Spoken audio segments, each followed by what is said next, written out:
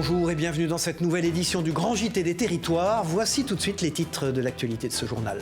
Première visite officielle en Haute-Savoie pour Antoine Armand. S'éloignant des polémiques parisiennes dans lesquelles il est embourbé depuis quelques jours, le nouveau ministre de l'économie et des finances était de passage au siège social d'une entreprise, emblème de l'industrie locale. Notre partenaire 8 Mont-Blanc a suivi l'ancien député savoyard pour son grand retour à domicile.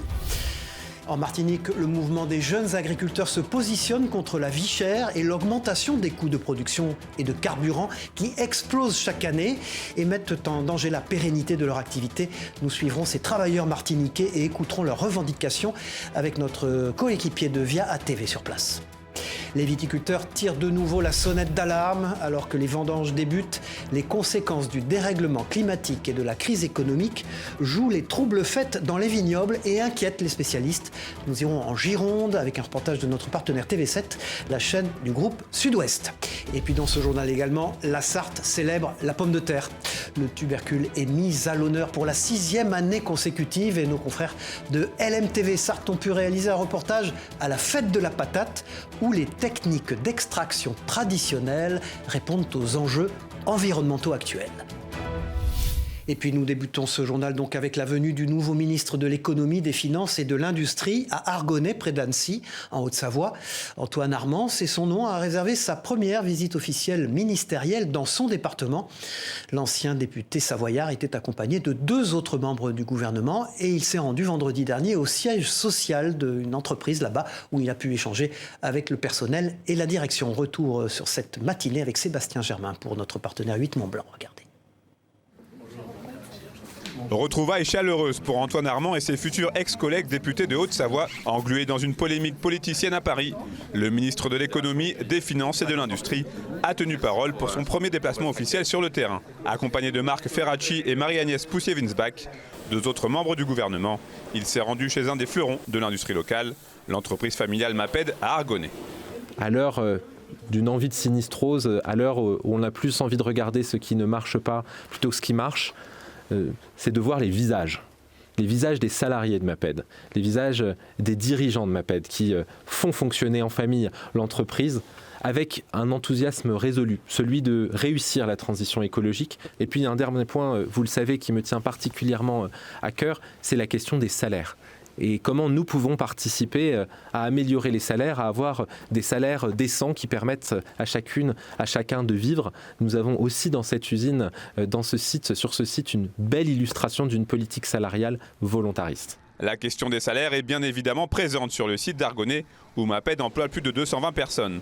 Avec des unités de production situées également en Chine ou encore au Mexique, le fabricant, entre autres, d'articles de papeterie, espère pouvoir rapatrier une partie de son activité industrielle en France dans les années à venir. Cela passera par un accompagnement plus poussé de l'État. Nous continuerons, nous, à plaider sur cette idée sur laquelle nous pouvons rapatrier, nous pouvons accepter même pour un certain temps, de ne pas gagner d'argent sur ce que nous rapatrions industriellement pour faire vivre nos écosystèmes, nos territoires, nos employés, nos salariés. Mais ça ne peut pas durer à long terme, parce qu'à long terme, une entreprise privée comme la nôtre peut être mise en difficulté. On demande aux entreprises aujourd'hui d'être économiquement viables, mais également de transformer leur modèle. Nous sommes d'accord, mais à notre petite échelle, nous ne pouvons pas le faire seuls. Et puis l'occitan est-il en proie de devenir une langue morte à l'école ? Si les Bretons, les Basques ou encore les Alsaciens assurent l'enseignement de leur langue régionale, la situation n'est pas la même pour les Occitans du Limousin. En Creuse, les initiatives prises localement pour inciter à transmettre l'occitan sont peu développées.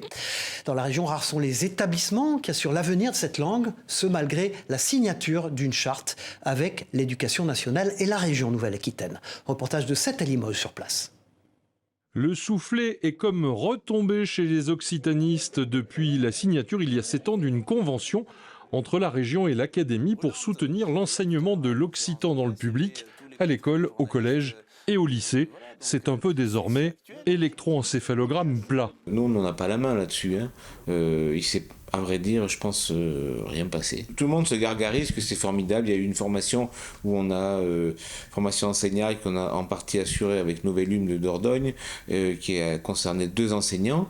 C'est une gabegie financière pour un retour avec 3 heures pour l'un et l'autre 1 heure de club par semaine. C'est ridicule. Au bas mot, cette formation aura mobilisé 100 000 € d'argent public. Non seulement c'est pas une progression, mais c'est, excusez mon expression, du foutage de gueule. Ce sont des gens qui ont fait des stages en classe, qui se sont préparés toute l'année pour enseigner, et quand il s'agit de les accompagner dans la mise en place réelle, ben là on n'a rien fait. Et je peux vous dire que le dernier mois, mai-juin l'année dernière, on a poussé les portes pour essayer de faire avancer les choses. Mais quand l'éducation nationale fait le dos rond et ne veut pas répondre, elle est très forte. À Limoges, seule l'école privée Calandrette et le collège et lycée Beaupéra proposent un enseignement bilingue, français et occitan. Et puis tout à fait autre chose dans l'actualité. Depuis quelques semaines, un service de soins immédiats non programmés a ouvert ses portes à l'hôpital Belle-Île à Metz, accessible du lundi au vendredi. Ce service est proposé par un groupe privé qui prend en charge les patients pour des consultations sans rendez-vous. Un moyen mis en place pour pallier le manque de médecins crucial et se désengorger des urgences. Les détails avec Colline L'Expert pour notre partenaire Moselle TV sur place. Dans ce bâtiment fraîchement rénové, près de 200 personnes ont déjà profité du nouveau service depuis son ouverture il y a 3 semaines, sans rendez-vous. Les patients sont pris en charge du lundi au vendredi. Donc c'est un choc direct de la porte avec l'épaule. C'est tout public, c'est-à-dire c'est du nourrisson jusqu'à la personne très âgée. Tout ce qui relève de la médecine générale, si par exemple votre médecin traitant n'est pas là, vous êtes malade, vous pouvez venir ici.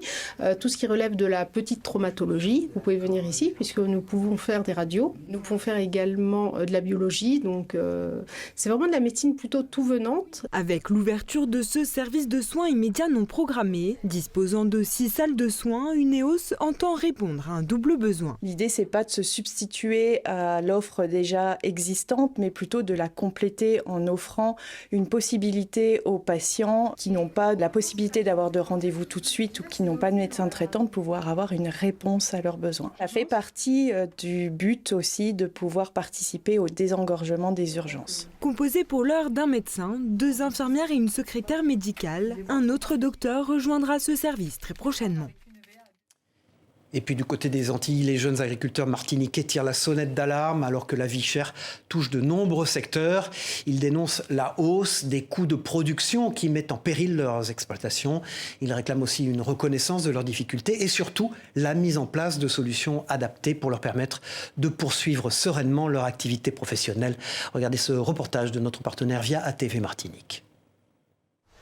Comment continuer à produire des fruits, des légumes, continuer à faire de l'élevage à destination du marché local alors que les coûts de production ont explosé ces dernières années? Les jeunes agriculteurs martiniquais aimeraient obtenir des réponses. Aujourd'hui, ils sont solidaires du mouvement contre la vie chère. Nous sommes partie prenante effectivement pour cette notion de vie chère dans notre vie privée.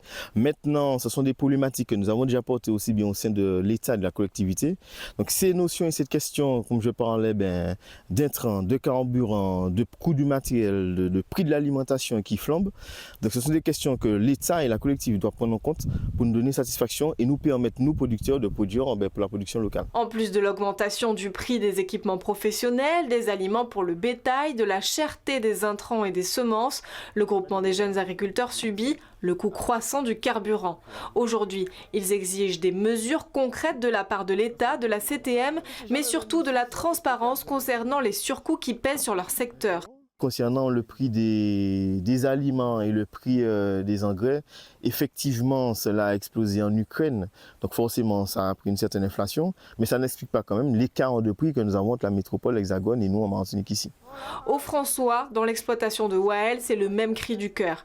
Ici, depuis des générations, on travaille la terre avec passion, on cultive avec le plus grand soin des produits bio et les clients sont au rendez-vous. Mais les coûts de production rendent difficile le retour sur investissement. On s'endette, on doit à des gens, et parce qu'au départ, le devis initial n'est pas finalement la facture, puisque entre-temps, les prix ont grave augmenté. Aujourd'hui, je pense que tous ceux qui font de l'agriculture, au départ, ça reste la passion qui nous anime et point barre. Mais nous pas qu'à faire pièce salaire. On ne vit pas de ça. On ne vit pas de ça. Une réalité d'autant plus dure à supporter que, contrairement aux voisins de la Caraïbe, les producteurs martiniquais sont soumis à des normes drastiques, contraignantes. Pour autant, beaucoup souffrent d'un manque de considération et de reconnaissance de leur réalité. Il est désormais possible pour les Corses de prendre rendez-vous dans un centre de fertilité, et ce sans quitter l'île de Beauté. L'hôpital de Bastia a inauguré le premier centre de ce genre, répondant ainsi à une demande croissante de la population. L'endroit offre des soins spécialisés pour l'accompagnement des couples dans leur projet de parentalité, allant du simple diagnostic à la prise en charge complète des troubles de la fertilité. Télépasé a interrogé le docteur Laure Bernard, c'est une femme gynécologue du centre hospitalier de Bastia. On l'écoute.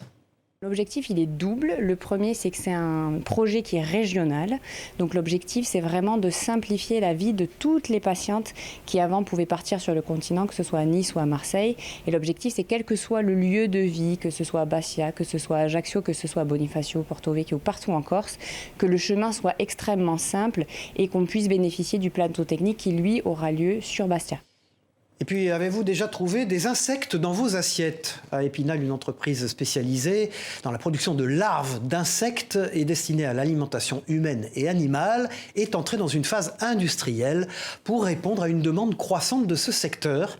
Et l'usine marque un tournant dans l'élevage d'insectes à grande échelle avec des objectifs ambitieux de production durable et locale. Un reportage à suivre sur cette révolution verte avec notre partenaire Vosges TV là-bas. Depuis début juillet, plusieurs dizaines de tonnes ont déjà été produites à Chavelot, à proximité d'Épinal. La start-up Antoinov vient de s'installer pour produire des insectes. Les insectes représentent une alternative aux protéines animales actuelles, le bœuf principalement, avec une production beaucoup plus économe en ressources naturelles, en eau notamment. Les industriels de l'alimentation humaine et animale s'y intéressent de plus en plus. La filière d'insectes est jeune, elle est en train de se structurer, donc le besoin en larves vivantes il est de plus en plus important et le but c'est de pouvoir en fait combler le trou en fait qui va se créer dans les prochains mois, les prochaines années. La production non pas d'insectes mais bien de larves, c'est le cœur de l'activité de cette entreprise créée en 2021 à Nancy après 2 ans de recherche menée en collaboration avec l'Université de Lorraine. Dans cette salle, 5 à 6 millions d'individus. Ces animaux en fait vont se reproduire, vont pondre des œufs et on va récolter manuellement ces œufs pour pouvoir par la suite passer à l'étape d'engraissement. Et en parallèle, on a une autre salle qui abrite notre process qui est secret et qui nous permet effectivement de récolter d'une manière plus automatisée les œufs qui sont pondus par nos coléoptères. Des œufs qui seront ensuite déposés dans des silos comme celui-ci, un modèle réduit. Les vrais font plusieurs mètres de haut. Des silos appelés bioréacteurs qui seront installés dans des exploitations agricoles partenaires.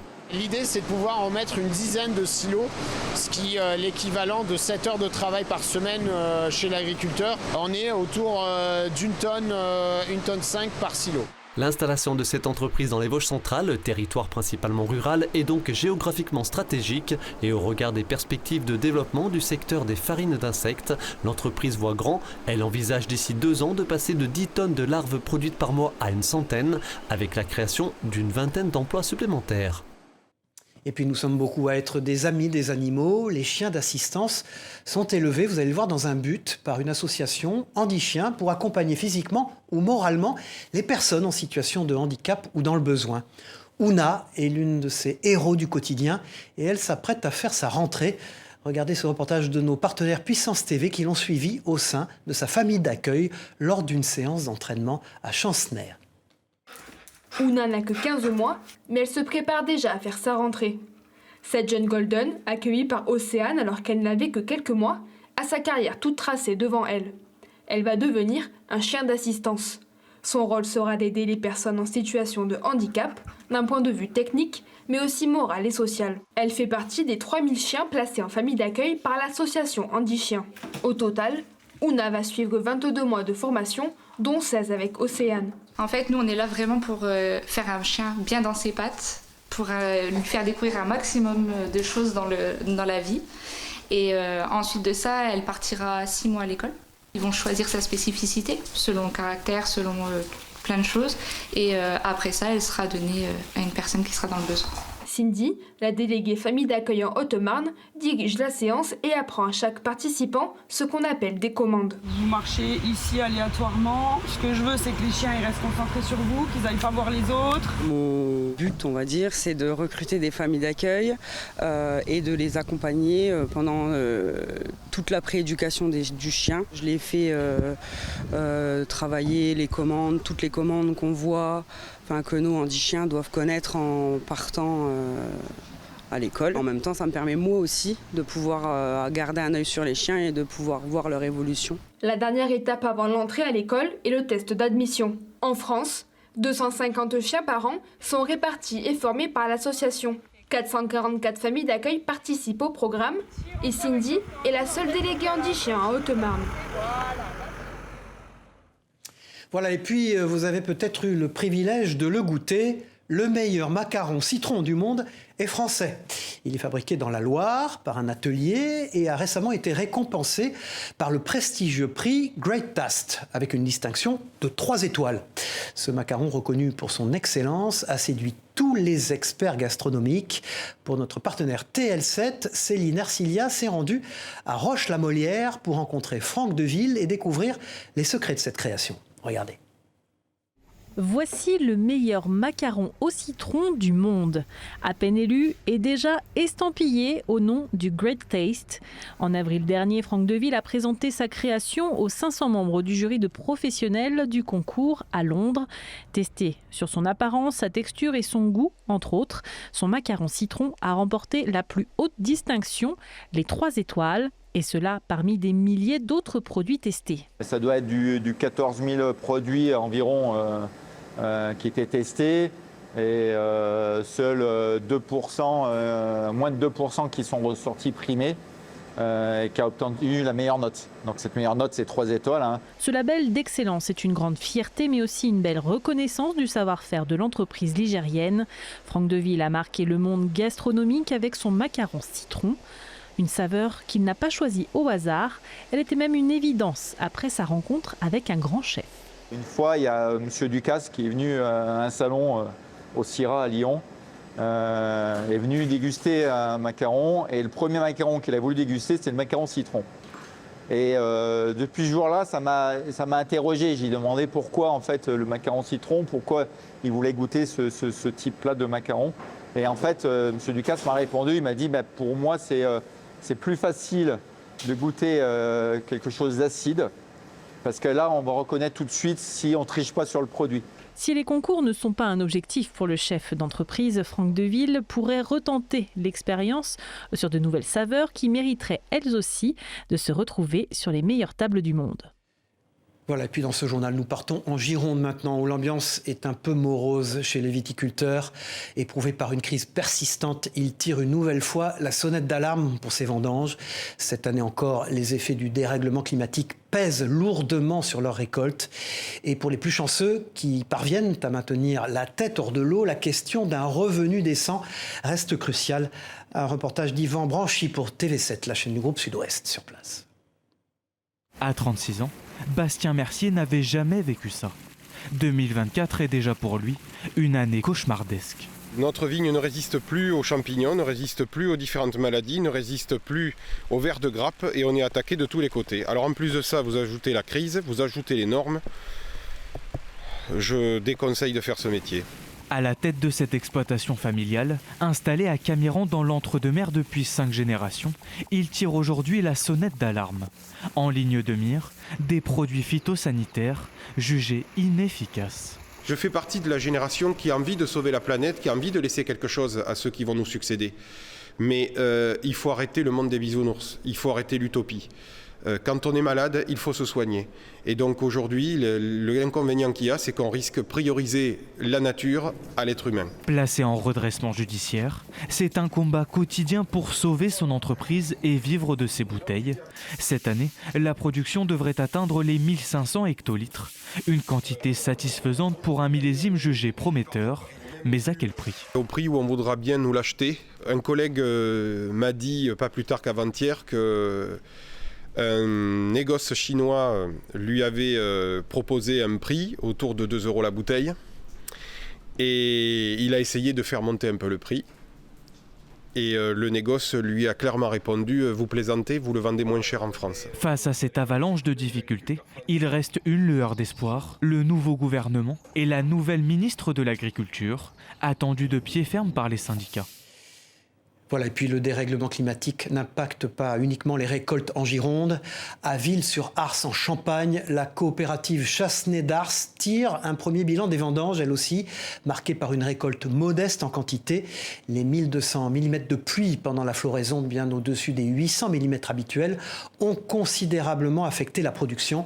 Pourtant, bien que les rendements par hectare aient chuté à leur plus bas niveau depuis 1978, la qualité des raisins a un impact positif en arôme et pourrait d'ailleurs aboutir à des assemblages de haut niveau, voire à des millésimes. Regardez. Là, on a vraiment des notes sur la fraise, sur la framboise, sur les pinots. Les chardons ont vraiment ce côté agrumes, un peu de floral. Donc c'est vraiment très intéressant et ça laisse présager vraiment des jolies choses et des jolis assemblages. Et puis un petit bijou d'une valeur quand même de 8 millions d'euros. Au port du chantier naval de La Ciotat, une société a présenté son tout nouveau drone naval de surface, le Drix Océan 16, c'est son nom. Un engin destiné au marché civil et militaire, optimisé pour la navigation par mauvais temps et intégré de caméras optiques et infrarouges, spécialement conçu pour approfondir la cartographie marine. Vous allez le voir, un reportage d'Alexandre Mistretta pour nos partenaires de la Provence sur place.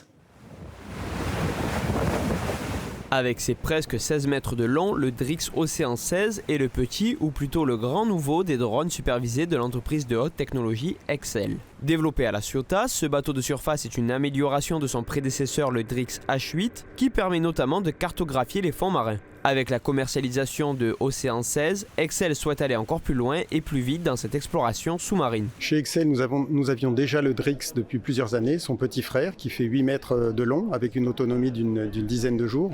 Aujourd'hui, le Drix Océan, la version allongée, qui est un drone qui est capable de faire des missions en mer, en surface, pendant plus de 30 jours avec une capacité transocéanique, c'est-à-dire qu'il est capable de traverser les océans, de rester 30 jours en mer pour des missions d'exploration, des missions d'hydrographie, d'océanographie, de bathymétrie, d'exploration des grands fonds. Ce nouveau bijou de technologie permet d'observer jusqu'à plus de 9000 mètres de profondeur, le tout à une vitesse conséquente puisque ce drone de surface peut parcourir plus de 3500 milles nautiques, soit plus de 6482 km. Parmi ses autres points forts, il y a la possibilité pour les équipes de pouvoir traiter en temps réel les données récoltées par le bateau grâce aux nombreuses technologies embarquées. Si pour l'instant ce drone n'est commercialisé que pour les structures civiles, il pourrait l'être à des fins militaires. En attendant, la société Excel espère que ce nouveau drone d'une valeur de 8 millions d'euros rencontre le même succès que le précédent. Le Drix H8 s'est écoulé à 30 exemplaires à travers 19 pays. Voilà, et puis on se rend à Saint-Ouen-de-Mimbré dans ce journal où la fête de la patate a célébré 6 ans de tradition locale. On en a parlé dans les titres de ce journal. Pour récolter les pommes de terre, l'association Trait d'Avenir 72 use de méthodes anciennes puisqu'elle cède de chevaux. Un moyen efficace de répondre aux enjeux environnementaux actuels. Un retour aux sources aussi qui illustre une belle harmonie entre tradition et écologie. Un voyage dans le temps avec Laure Girard pour LMTV Sarthe. Démonstration d'arrachage de patates par Iris et Mulette. Un cheval comtois et une mule qui montrent toutes deux bien du cœur à l'ouvrage. Une pratique qui demande une complicité absolue entre l'homme et l'animal. Donne ton pied, donne. Voilà, donne l'ami. Donne, voilà. Pas à bouger, c'est très bien. Voilà. Vous lui demandez, elle fait. Voilà, c'est ça. Jean-Baptiste parle à ses bêtes avec une extrême douceur. Quand on travaille amicalement avec quelqu'un, ça va toujours mieux qu'en gueulant. Hein. Si on veut qu'il nous écoute, il ne faut pas hurler dessus. Hein. Il faut que ça soit une relation, on va dire, amicale. Gauche. Oh, gauche. Il n'y a pas si longtemps, dans nos campagnes, les chevaux de ferme étaient les alliés de travail de l'homme. Des pratiques que Jean-Baptiste et ses enfants souhaitent transmettre aux plus jeunes, convaincus que ces techniques agricoles sont en accord avec les défis environnementaux d'aujourd'hui. Oui, c'est très respectueux de la terre, donc il y a zéro tassement, il n'y a pas d'effet de gasoil, d'huile, on va dire, il n'y a aucune pollution. On va dire c'est un métier d'hier pour répondre aux besoins de demain. Les pommes de terre, variété gourmandine, peuvent ensuite être ramassées et triées, mais ça, il n'y a que l'homme qui peut le faire. Ségolène Royal était notre invitée ce jeudi dans l'émission Face au territoire sur TV5 Monde. Je vous propose d'écouter l'ancienne candidate à l'élection présidentielle, ce qu'elle a déclaré au sujet de son positionnement politique aujourd'hui. C'est intéressant, écoutez. Ségolène Royal, où vous situez-vous aujourd'hui, j'allais dire idéologiquement, entre cette gauche et cette droite qui ont beaucoup évolué depuis que vous étiez aux affaires? C'est une surprise pour personne si je vous dis que je suis une femme de gauche, bien évidemment. Mais j'ai toujours veillé à regarder les choses de façon objective. Et c'est pour ça que j'ai forgé le concept d'ordre juste, qui n'a pas toujours été compris chez les dirigeants de gauche, et pourtant qui reste furieusement d'actualité. C'est-à-dire que dans tous les domaines, que ce soit l'économique, le social, l'international, l'écologie également, il faut des règles justes, c'est comme ça qu'elles sont efficaces. Voilà, et puis aussi regardez ce qu'elle a dit, c'est amusant à propos de son ancien compagnon, François Hollande, qui sera notre invité la semaine prochaine dans Face au territoire. C'est drôle, regardez. Nous retrouvons évidemment jeudi prochain à 9h30 avec quelqu'un qui ne vous est pas tout à fait inconnu. Ségolène Royal, il sera à votre place sur ce plateau, c'est François Hollande. Qu'est-ce que vous lui souhaitez ? Une bonne émission. Au-delà de ça Une bonne émission. Bon, vous parlez très souvent ? Oui, ça nous arrive de se parler, heureusement. Je vois que vous en riez, Ségolène Royal. Voilà, c'est la fin de ce journal. Merci de nous avoir suivis. On se retrouve évidemment dans une prochaine édition. Au revoir à tous. Bonne journée.